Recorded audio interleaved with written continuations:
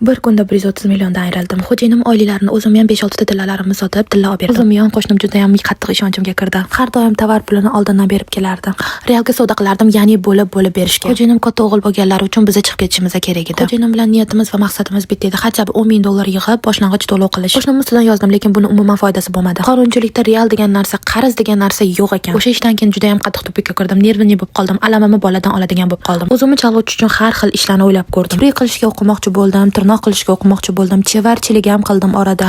24-yil qizim ham o'g'lim ham pnevmoniya bo'lishdi dekabr oyida. Ikkita farzandim bilan Zangiotadagi bolalar больницасida yotdik. O'zingni o'zganni o'zing bilasan, joning biladi deydi-ku. Ikkala farzandim ham bitta vaqtda kasal bo'lganiga jinni bo'lib qoldi. Больницаga yotishimizdan oldin har xil doktorga borib, har xil lecheniya qildik, lekin foydasi bo'lmadi. Больницada yotdik, farzandlarim ikki mahaldan ukol oldi, lekin o'sha vaqtda meni ichlarim zir titrardi. Farzandlarim uchun juda ham kuchli ayol bo'lishim kerak edi. Xo'jayinim oylik ishlaydilar. U oylidan boylikka yetkazish juda ham qiyin. Har oyda kredit, har oyda bola kasal bo'lgan, ro'zg'or. Больницаga yotgan vaqtimizda ayamam dadam oldiga Rossiyaga ketdilar. Ketishlaridan oldin menga 100 dollar berib, qizim shu pulga kiyingin, o'zingga nimadir olgin, больницаdan chiqqandan keyin ko'nglingni ko'targin deb aytdilar. Lekin men u pullarga kiyinish emas, оборот qilish tanladim. Hamma pulga tovar olib kelishga qo'rqdim. Kimga sotaman bunaqa narsalarni deb o'yladim. Boshida birdaniga tovarlardan ko'pmas, to'rttadan olib keldim. Tovarlarim juda ham kam bo'lsa ham, alhamdulillah hisobdan zo'r bo'ldi. Grupa ochdim, kanal ochdim, olib kelgan tovarlarimni chiroyli qilib rasmga olib, nalishida qo'yishni boshladim. Sotuv qilishni boshladim, harakat qilishni boshladim. Hech kimga yalinmadim. Bilaman aytmoqchimanki, hech kimning qo'liga qaramadim, hech kimdan yordam so'ramadim. Больницаdan chiqishim bilan optimdan tovar olib kelishni boshladim. Shu sabab shunaqa video chiqarishga qaror qildim. Mendan yordam so'rab yozayotganlar juda ham ko'p bo'lgani uchun shunaqa video chiqarishga majbur bo'ldim. Hech bo'lmaganda 200 ming pul yig'ing-da, 200 ming pulga tursik bilan naski bo'lsa ham sotishni boshlab qo'ying. Ikkita bolamdan zo'rg'a ortib obzorlarni qilaman. Agar o'zingiz xohlab shu ishni qilmasangiz, ming o'rgatgan bilan